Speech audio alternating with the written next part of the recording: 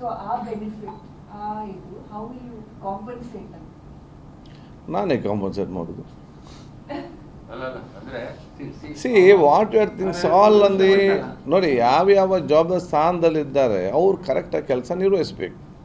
ನಾನೊಬ್ಬ common man ಆಗಿ ನಾನು ಇವತ್ತು ಹೇಳಬೇಕಾದ್ರೆ ನಾವು ಸ್ಪೀಕರ್ ಆಗಿರ್ತೀವಿ. ಯಾವುದು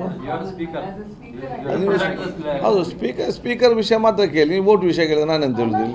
ಅವ್ರು ಕೇಳಿದ್ದು ಓಟ್ ವಿಷಯ ಅಲ್ಲ.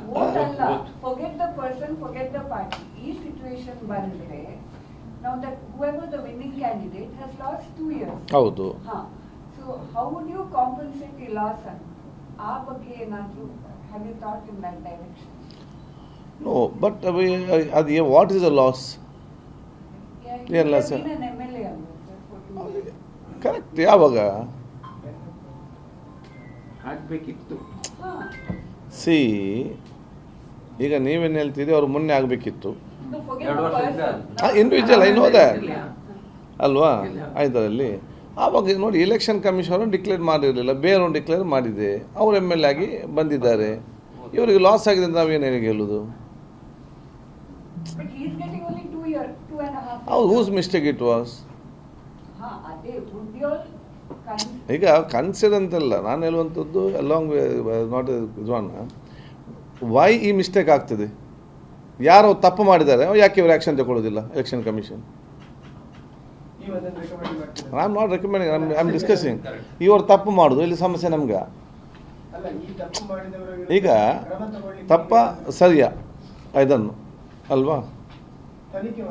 ಈ ರೀತಿ ಬರೋದಾದರೆ ಇದಕ್ಕೆ ಅಲ್ಲಿ ಏನು ಅವು ಯಾರು ಅವತ್ತು what was the issue at that time, why it has really happen or no, ಅಥವಾ ಇವರು ಹೇಳಿದಾಗೆ ಮತ್ತೇನಾದ್ರು ಆಗಿದೆಯಾ?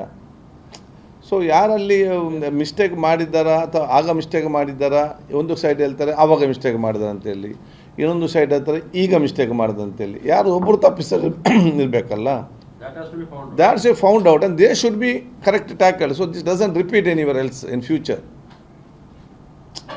ಒಂದು ಮುಂಚೆ ಒಂದು 2 ಲಕ್ಷ ಎಲ್ಲ ಕೌಂಟಿಂಗ್ ಮಾಡುವಾಗ ನಮಗೆ ಹೇಳ್ಬೋದು, ಇದು 506 ಕೌಂಟಿಂಗ್ ಮಾಡುವಾಗ ಇಷ್ಟು ಮಿಸ್ಟೇಕ್ ಆಗ್ತಂತ ಅವರು ತರೋದಾದರೆ